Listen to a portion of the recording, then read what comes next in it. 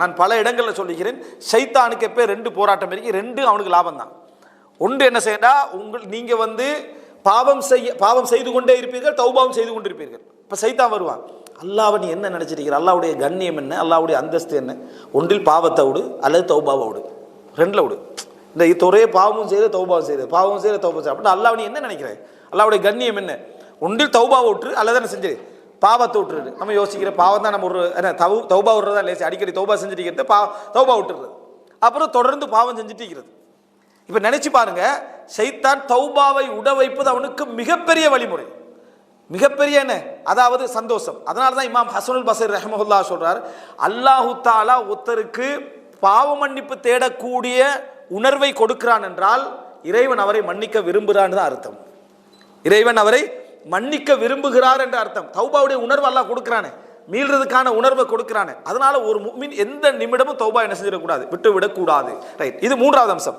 நான்காவது விடயம் என்னவென்றால், அல்லாஹு தாலாவுக்கு இந்த அதாவது அடுத்தடுத்த தரமான பாவங்கள் இருக்குது, இதிலெல்லாம் அல்லாஹு தாலாவுக்குன்னு சில நீதிகள் உண்டு. அல்லாஹு தாலா பாவங்கள் என்பது இறைவனிடத்தில் சொல்லப்பட்டதுதான் தரம். ஷிர்க்குக்கு இன்ன தரம், விபச்சாரத்துக்கு இன்ன தரம், அதே போல களவுக்கு இன்ன தரம், கோல் சொல்லுதல், புறம் சொல்லுதல், கொலை, இதுக்கெல்லாம் தரம் எது, எங்களுக்கு தண்டனை எது பாரதூரம் சொல்லப்பட்டிருக்குதோ அது ஆளுக்கால் வித்தியாசம் இல்லை, எல்லாருக்கும் அதே பாவம் அதே தண்டனை அதுதான், அதில் மாற்றம் இல்லை. நன்மைகள்ல அதுதான். நன்மைகள்ல சிறந்த நன்மை எதுன்னு கேட்டோம்னா நம்ம வந்து டைமுக்கு தொழுகிறது, முதல் வக்தில் தொழுகிறது, அதுபோல தஹஜ்ஜுடைய நேரத்தில் எழும்பி தொழுகிறது சுன்னத்துகள் அல்லாஹ்வுக்கு என்ன மிகவும் விருப்பமானது. தர்மங்கள்ல போதுமான நிலையில, அதாவது ஒருவருக்கு வறுமையை பயந்து கொண்டு போதுமான நிலையை அஞ்சிக் கொண்டு ஒருவர் தர்மம் செய்கிறார், அது சிறந்தது என்று சொல்லப்படுறதுதான் நன்மைகள்லையும் சிறந்தது. ஆனால் அல்லாஹு தாலா கூலி கொடுக்கிற நேரத்தில் இதை வைத்தும் கூலி கொடுப்பான், நபரை வைத்தும் அல்லாஹு தாலா கூலியை கொடுப்பான். பாருங்க, நன்மைகளை வைத்தும் கூலியை கொடுப்பான், நபரை வைத்து கூலியை கொடுப்பான். முதல் அடிப்படை என்னென்ன பாவத்துக்கு என்னென்ன தண்டனை சொல்லப்படுதோ அந்த பாவம் தான், அந்த வீரியம் தான். என்னென்ன நன்மைகளுக்கு அமல்களுக்கு எந்தெந்த நன்மை சொல்லப்படுதோ அதுதான். ஆனா ஆளுக்கேற்ப கூலிகளை அல்லாஹு தாலா மாற்றுவான். அது என்ன அப்படி என்றால், ஒரு மனிதன் அவருக்கு நோன்பு பிடிக்கிறது லேசாயிருக்கு, நோன்பு பிடிக்கிறது லேசாயிருக்கு. நான் பாவத்தை உதாரணம் சொல்றதுக்கு முன்னால நோன்பு பிடிக்கிறது லேசாயிருக்கு. தொழுகிறதுண்டா அவர் 5 நேரம் தொழுவார், வித்திரு தொழுவார், அதுக்கு மேல அவரால் என்ன அதாவது போகுதில்லை, வேற வேற சுண்ணத்துக்கள் வருது. ஆனா நோன்புண்டா ஈஸியா அவருக்கு என்ன செயல்மா இருக்குது, பிடிக்க எலுமா இருக்கிறது. இவர் என்ன செய்யறாருண்டா, அல்லாஹ் அவருக்கு எதை லேசுபடுத்திக்கிறானோ அதை மற்றவர்களை விட கூடுதலா செய்யறார். திங்கள் நோன்பு பிடிக்கிறார், புதன் பிடிக்கிறார், இப்படி நிறைய நோன்பு பிடிக்கிறார். சரியா? அதனால தான் இமாம் இப்னு தைமியா ரஹிமஹுல்லாஹ் சொல்றாரு, தொழுகை சிறந்ததாக இருந்தாலும் இவருக்கு நோன்பு சிறந்தது. யாருக்கு? இந்த நபருக்கு இருக்குதே நோன்பு சிறந்தது. அல்லாஹ் தஆலா அதுல அவருக்கு என்ன செஞ்சுக்கிறான், லேசு கொடுத்துக்கிறான். சுன்னத்து தொழுகைகளை விடுவதில் அல்லாஹு தாலா கோபப்படுறதில்லை. ஆனா அதுல அல்லாஹு தாலா குற்றம் பிடிக்கக்கூடிய நிலைக்கு இவர் போவாராக இருந்தா அதை விட குற்றம் பிடிக்கக்கூடிய நிலைமை எதுக்கு வரும், இவருடைய விஷயத்துல நோன்புக்கு வரும். காரணம், அல்லாஹ் நோன்புக்கான வாய்ப்புகளை இவருக்கு என்ன செஞ்சுக்கிறான், அதிகமாக கொடுத்திருக்கிறான். சிலருக்கு அல்லாஹு தாலா வந்து அறிவை தேடி அறிவை படிச்சு அறிவை பரத்துறதுல இன்ட்ரெஸ்ட் கொடுத்திருக்க மாட்டான். புத்தகத்தை ஏதாவது ஒன்று குர்ஆனை விரிச்சாலே என்ன செஞ்சிடும், தூங்கி அவர் தூங்கினது அவருக்கு தெரியாது, குர்ஆனை எடுத்து வச்சதும் தெரியாது, இப்படி இருக்கும். ஆனால் குர்ஆன் ஓதுறார், ஒரு பக்கம் 2 பக்கம் 3 பக்கம் ஓதுறார். அந்த 2 பக்கம் 3 பக்கம் குர்ஆன் ஓதிட்டு அவரால் அதுக்கு அடுத்த பக்கம் என்ன செய்யலாம், தாண்டலாம். ஆனால் முயற்சி எடுக்கிறார், பொடுபோக்கா இருக்கல. நான் சொல்ல முயற்சி எடுக்கிறவங்கள சொல்றேன். இதை வச்சு அப்ப நம்மளால முடியலன்னு பொடுபோக்காக்கல சொல்லல, உண்மையிலே முயற்சி எடுக்கிறார், உண்மையிலே ஓதுறாரு, 4 பக்கம் தாண்டுறாரு இல்லை. ஆனா இதே நபர் மார்க்க விஷயங்களை ஈடுபடுவதில், மார்க்கத்தை பரத்துறதுல, தவ்வா செய்யற விஷயம் கொண்டு வந்து அப்படி மும்முரமா முன்னால நின்று என்ன செய்யறாரு.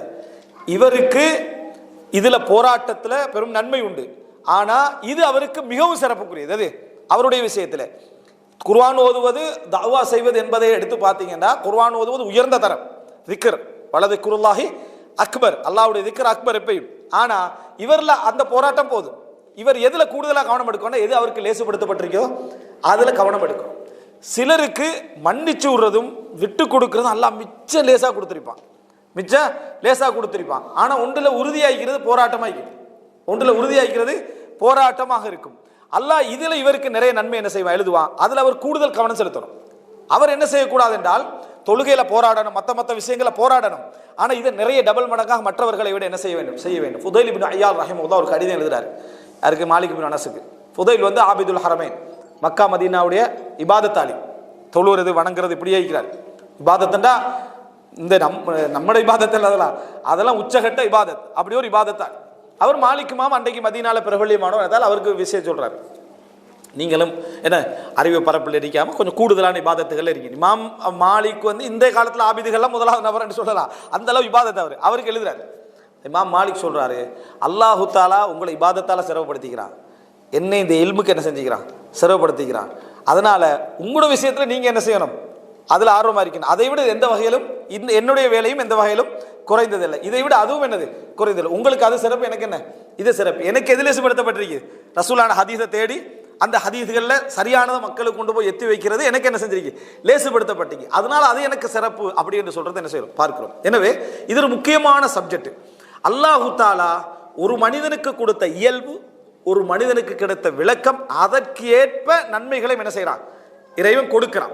உங்களுக்கு எது லேசுபடுத்தப்பட்டிருக்கிறதோ அதுல நீங்க எவ்வளவு வேகமாக இருக்கிறீங்கன்றத அல்லாஹ் பார்க்கறான். ஆனா நீங்க அதுல பொடுபோக்காக இருந்தீங்கன்னா மற்றவர்களை விட உங்களுக்கு குற்றம் அதிகம், மற்றவர்களை விட உங்களுக்கு குற்றம் அதிகம். காரணம், உங்களுக்கு அது லேசுபடுத்தப்பட்டிருக்குது, உங்களுக்கு அதுல அறிவும் தரப்பட்டிருக்குது.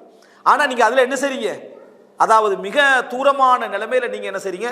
நடந்து கொண்டிருக்கிறீர்கள். அதனால தான் அறிஞர்கள் சொல்றாங்க, வபிம்மா ரஸக்னாஹும் யுன்ஃபிகூன், அவர்களுக்கு நாம் கொடுத்ததிலிருந்து அவர்கள் செலவழிப்பார்கள் என்பது பொருளாதாரம் மட்டுமல்ல, அவர்களுக்கு எதெல்லாம் அல்லாஹ் தஆலா கொடுத்திருக்கிறான ஆற்றல், அதுல அவங்க என்ன செய்வாங்க? செலவழிப்பார்கள்னா அதுல அவர்கள் தங்களது பங்கை என்ன செய்வாங்க? கொடுத்து கொண்டே இருப்பார்கள். பொருளாதாரமா இருக்கலாம், இபாதத்தா இருக்கலாம், தஅவாவா இருக்கலாம், இல்மா இருக்கலாம், எதுவாக இருக்கலாம். வபிம்மா ரஸக்னாஹும் யுன்ஃபிகூன், அவர்களுக்கு கொடுக்கப்பட்டதிலிருந்து அவர்கள் செலவு செய்வார். இதே தான் பாவத்துக்கும். பாவங்கள் எல்லாத்துக்கும் ஒரே தண்டனை, என்னென்ன பாவத்துக்கு என்னென்ன தண்டனை சொல்லப்பட்டாலும் இது பாவம் என்று செய்யக்கூடிய சூழல் எல்லாருக்கும் ஒரே மாதிரி இல்லை. சிலருக்கு பாவத்தை தவிர்க்கக்கூடிய சூழல் இருந்தும் அந்த பாவத்தை செய்வாங்க. சிலர் பாவத்தில் விழக்கூடிய சூழல்ல இருந்து கூட அந்த பாவத்தை என்ன செய்வார்கள்? விழுவார்கள். சிலருக்கு அவர்களுடைய சூழல், நிர்பந்தம், தொழில் அவைகளெல்லாம் அதை கொண்டு போய் அங்கே என்ன செஞ்சிடும்? தள்ளிடும். சிலருக்கு அந்த வாய்ப்பே என்ன செய்யாது, இருக்காது, இவரா போய் என்ன செய்வார்? அதுல வருவார். சிலருக்கு அது பாவம் என்ற அறிவு சாதாரண பாவம் நினைச்சிருப்பாங்க. சிலர் அதே பாவத்தை பயங்கரமான பாவமா என்ன செஞ்சிருப்பாங்க? நினைத்திருப்பார்கள். இதற்கு ஏற்ப அவரவர்களுடைய விஷயத்துல தண்டனை என்ன செய்ய மாறும். இல்லைண்டா ஆதம் அலைஹிஸ்ஸலாம் செஞ்ச தவறையும் நம்ம இந்த உலகத்துல செய்கிற தவறையும் ஒப்பிட்டு பாருங்க பார்ப்போம். அந்த ஒரு மரத்தை நெருங்கினது நம்மளோட பாசையில நம்ம சொல்லி பார்த்தா மரத்தை முழு மரத்தையோட எடுத்துட்டு போற பாட்டியெல்லாம் இருக்குது. வணங்கிட்டா தோட்டத்தை காலி பண்ற பாட்டி இருக்குது, சரியா? நிலத்தை காலி பண்ற பாட்டி இருக்குது. அந்த குரூப்ல நல்லா தானே வாழ்ந்துட்டு இருக்குது. வணங்கிட்டா அந்த குரூப்ல நல்லா வாழ்ந்து இருக்கு. சிலவங்க சில ஊர்கள் எல்லாம் பார்த்தீங்கன்னா பள்ளி தலைவரான இருக்கிற அந்த குரூப். வணங்கிட்டா அவ்வளோ அநியாயத்தை பண்ணிட்டு அவர் தான் முன்சபா, அவர் தான் தலைவர், அவர் தான் செயலாளர், அவர் தான் பொருளாளர் என்ற லெவலுக்கு என்ன செய்ய எழுதிட்டாங்க. பெரும்பாலான இடங்களை பார்த்தீங்கன்னா வட்டி அத்தி இது இருக்கிற சுரண்டல் இருக்கிறவங்கெல்லாம் முக்கிய இடங்கள்ல என்ன செஞ்சுக்கிறாங்க? இருந்து கொண்டிருக்கிற. எப்படி இந்த குரூப்பெல்லாம் வருதுன்னு நினைக்கக்கூடிய அமைப்பில் இருக்குது. இப்போ ஆதம் அலைஹிஸ்ஸலாம் அந்த மரத்தை நெருங்கினார். அல்லாஹ் அவருக்கு கொடுத்த தண்டனை உலகத்தில் யாருக்கும் என்ன செய்யலாது, அவருடைய தண்டனை இதுக்கு போற இயலாது. முழு அவருடைய பரம்பரைக்கு அந்த தண்டனை என்ன செய்யுது? பங்கிடப்படுற அமைப்பில். என்ன மூசா அலைஹிஸ்ஸலாம் கேட்கிறாரு, நீங்க செஞ்ச பாவத்தால தான் நாங்க என்ன செய்யறோம் இந்த உலகத்துக்கு வந்தோம் என்று சொல்லி. அப்ப அதனால ஆதம் அலைஹிஸ்ஸலாம் செய்ததுனால அந்த இடத்திலிருந்து இந்த உலகத்துக்கு என்ன செய்யறோம்? நம்ம அனுப்பப்படுகிறோம். நினைச்சு பாருங்க, இந்த தவறு அந்த தவறு ஒப்பிட்டா. ஆனா ஆதமுக்கு அவசரமாக தண்டனை வந்தது. ஏனென்றால் ஆதம் அலைஹிஸ்ஸலாத்துக்கு அறிவாலும் ஆற்றலாலும் சூழ்நிலையாலும் அவருக்கு எல்லா விதமும் கொடுக்கப்பட்டுருச்சு. தவறு செய்யறதுக்கு ஒரே ஒரு மரம் தான். வலா தக்ரபு ஹாதிஹி ஷஜரா, எங்களுக்கு இங்க மன்ஹியாத்துகள் தடைகள் 1000 இருக்கு, அங்க அவருக்கு ஒரே ஒரு தடை தான். வலா தக்ரபு ஹாதிஹி ஷஜரா, சைத்தாண்ட டாகட்டும் அந்த மரம் தான். அந்த மரத்தை நெருங்கவானன்றது ஆதம் அலைஹிஸ்ஸலாத்துக்குரிய. இப்லீஸை சைத்தானையும் நேர கண்டவர், இப்லீஸை சைத்தானையும் நேர கண்டவர். தனக்கு நிராகரிச்சதை அல்லாஹ்வுக்கு முன்னால கண்டவர் யாரு? இந்த இப்லீஸ் தன்னை மறுத்து தன்னை அவமானப்படுத்துறதுக்கு உரியவன் என்ற விரோதத்தை நேரடியாக கண்டவர். இப்லீஸுடைய விரோதமும் சைத்தானுடைய விரோதத்தை நம்ம அல்லாஹ் சொல்லி ரசூலுல்லாஹ் சொல்லி விளங்கிக் கொள்றோம். ஆதம் அலைஹிஸ்ஸலாம் நேரடியாக கன்றாரு. விரோதம் மட்டுமல்ல, அவருடைய கௌரவத்தை பாதிக்க வைக்கிறான். அவரை களிமண்ணால படைச்சுக்கிறார். அந்த இப்லீஸுடைய உபதேசத்தை ஏற்றுக்கிறாரு. ஆதமுடைய அறிவும் தகுதி என்று எடுத்து பார்த்தீங்கன்னு சொன்னா ஒரு உயர்ந்த நிலை. இதெல்லாம் ஆதம் அலைஹிஸ்ஸலாம் அது எங்களுடைய தந்தை முதல் நபி, அவருடைய அந்தஸ்து வேற. அதுல இந்த படிப்பினைக்காக மட்டும் இங்க எடுக்கிறேன், விளங்கிட்டா? அந்த படிப்பினைக்காக மட்டும் இந்த பகுதியை சொல்றேன். இல்லையா அவருடைய அந்தஸ்து வேறொரு அந்தஸ்து அல்லாஹ்விடத்துல. இந்த இடத்தை நீங்க எடுத்து பார்த்தீங்கன்னா அல்லாஹ்வுடைய தண்டனை மிக வேகமாக என்ன செய்து இருக்குது. அதனால மார்க்க அறிவும் ஒரு விஷயத்தை பற்றி அறிவும் அதை தவிர்ப்பதற்கான நிறைய சூழ்நிலையும் அதனுடைய விளக்கமும் எங்கள்கிட்ட இருந்து அந்த பாவத்தை செய்வாமல் இருந்தால் அந்த தண்டனை அவருக்கு என்ன செஞ்சிடும், மிக வேகமாக வந்துடும். அதை விட கூடுதலான ஒரு பாவத்தை செஞ்சுட்டு அவருக்கு பின்னுக்கு ஏன்னா நிறைய பேர் கேட்குறாங்க, முஸ்லீம்களுக்கு ஏன் இவ்வளோ பெரிய சோதனை, உனக்கு அவ்வளோ விளக்கத்தெல்லாம் தந்திக்கிறான், அவருக்கு எல்லாம் கொடுக்கல, அவருக்கு என்ன கொடுக்கல, அவன் குஃபர்ல இருக்கிறான், அவனுக்கு அல்லாண்டா என்ன, தூதரண்டா என்ன, பாவமண்டா என்ன, சொர்க்கமண்டா என்ன, நரகமண்டான்னு தெரியாது, அவனுக்கு லேட் ஆகும், உனக்கு நேரத்தோட வரும், உனக்கு அவசரமாக வரும், உனக்கு குயிக்கா வந்துடும். ஏன்னா நீ ஈமான்ல இருக்கிறாய், ஏகத்துவம் இருக்கிற, அல்லாஹ்வுடைய பேரை சொல்றாய், தூதருடைய பேரை சொல்றாய், சொர்க்கத்தை சொல்றாய், நரகத்தை எல்லாம் இருக்குது. அப்படி இருக்கிற உனக்கு என்ன செய்யும், அது வேகமாக வரும் என்றதை பார்க்கிறோம். அதனால தான் உலகத்துல அதாவது சாகா வாழ்வு ஒரு சாபம், சாகா வாழ்வு ஒரு சாபம். ஒரு மனிதனுக்கு சாகாமலே வாழ்றதுக்குரிய நியமத்தை யாரும் நினைக்க கூடாது. சாகாமலே வாழ்ற இந்த உலகத்துல, மறுமை நாள் இல்லை, இந்த உலகத்துல அது சாபம். இந்த உலகத்துல அதாவது ஆக கூடுதலான டைம் கொடுக்கப்பட்டது யாரு? இப்லீஸ். ஆக கூடுதலான டைம் கொடுக்கப்பட்டது இப்லீஸ். ஏன் சாபம்டா, உலகத்துல ஒன்று நம்ம மரணிக்கும், அல்லது நம்ம சூழல் உள்ளவர்கள் மரணிப்பார்கள். ரெண்டு இருந்தாலும் நம்ம பிரயோசனம் இல்லை வாழ்ந்து. நம்மளுக்கு தெரியாதவர்கள் நமக்கு சூழல் இருந்து எங்களோட உமாவும் இல்லை, எங்களோட வாப்பாவும் இல்லை, எங்களோட தம்பியும் இல்லை, எங்களோட தங்கச்சியும் இல்லை, எங்களோட உறவும் இல்லைன்னா நான் வாழ்ந்து என்ன பிரயோசனம்? பிரயோசனம் இல்லை. அல்லது நான் இல்லாம தொடரேச்சியான ஒரு வாழ்க்கையை அந்த குழந்தைகள் வாழ்ந்து என்னது பிரயோஜனம் இல்லை. ஆனா இப்லீஸுக்கு அல்லாஹ் தஆலா அந்த சந்தர்ப்பத்தை அப்படி கொடுத்தான், நியாமத்து மாதிரி கொடுத்துட்டால. நீங்க எங்க இருக்கீங்க? ஆதம் அலைஹிஸ்ஸலாத்தை மௌத்தாக்கி விட்டார். ரெண்டு பேரும் உலகத்துக்கு வந்தவர்கள், உலகத்துக்கு ரெண்டு பேரும் இறக்கப்படுறாங்க. ஆனா இப்லீஸுக்கு அவகாசம் என்ன? உனக்கு நிறைய, நீ கடைசி வரைக்கும் இருந்துக்க. ஆதம் அலைஹிஸ்ஸலாத்துக்கு மௌத்தாக்கிட்டாங்க. இந்த உலகத்தில் என்ன செஞ்சிட்டா? மௌத்தாக்கி விட்டானத்தை பார்க்கிறோம். எனவே நம்மளை நோக்கி அவசரமாக அல்லாஹ்வுடைய சோதனை தண்டனை வேகமாக வருது என்றா அல்லாஹ் நம்மளுக்குள்ள அறிவையும் நம்மளுக்குரிய ஃபிக்ஹையும் அதை தவிர்க்கிறதுக்கான ஆற்றலையும் அதிகமாக தந்திருக்கிறான் அர்த்தம். அதையும் மீறி நம்ம உணர்வு பெறுறோம் என்றா அல்லாஹ் எங்களை விரும்புகிறான் அர்த்தம்.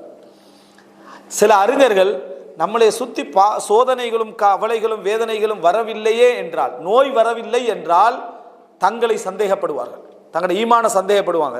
என்ன காரணம்னா அல்லாஹ் தஆலா ஏன் அவசரப்படுத்தலை அப்படின்னா, சின்ன சின்ன விஷயங்கள், முழுமையான தண்டனை அல்ல, சின்ன சின்ன சோதனைகள் நமக்கு வருதுன்னா அல்லாஹ் அவசரமா எங்களை அந்த பாவங்களை அழித்து எங்களை உணர்வு பெற செய்வதற்காக அல்லாஹ் தஆலா தாரான்னு அர்த்தம்.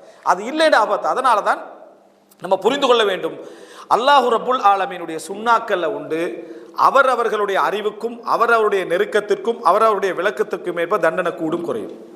ரசூலுல்லாஹி ஸல்லல்லாஹு அலைஹி வஸல்லம் அல்லாஹ்விடத்தில் அற்புதத்தை கேட்கல, இந்த ஃபிக்ஹ் இருந்ததை தான் கேட்கல. எது?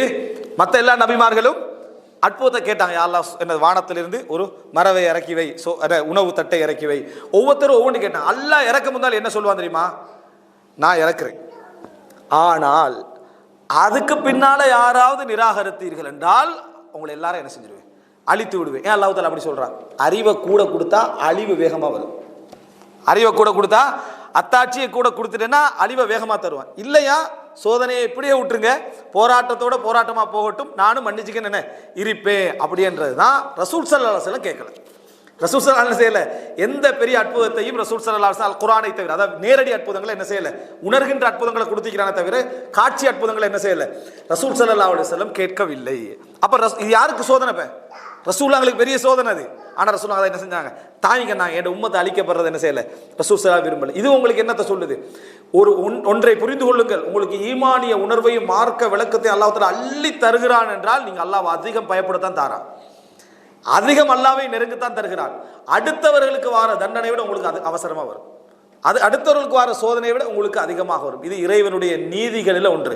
பனு இஸ்ரவேலர்கள் ஏன் நிறைய தண்டிக்கப்பட்டார்கள்னா அவங்க நிறைய அற்புதங்கள் என்ன செய்தார்கள்? கொடுக்கப்பட்டார்கள். குரங்குகளாக பன்றிகளாக மாத்தினத்தில் நம்ம விளக்கம் இல்லாதனால என்ன பார்ப்போம்? அவனோட செயலை பார்ப்போம். சனிக்கிழமை மீன் பிடிச்சதுக்காக குரங்கு பன்றிகளாக என்ன செய்தார்கள்? மாட்டி அதல்ல, அவனுக்கு கொடுத்தது அதிகம். அவன் அதை செய்யவே கூடாது. ஆதம் அலைஹிஸ்ஸலாத்தை நம்ம அப்படி யோசிக்கிறது இல்லை.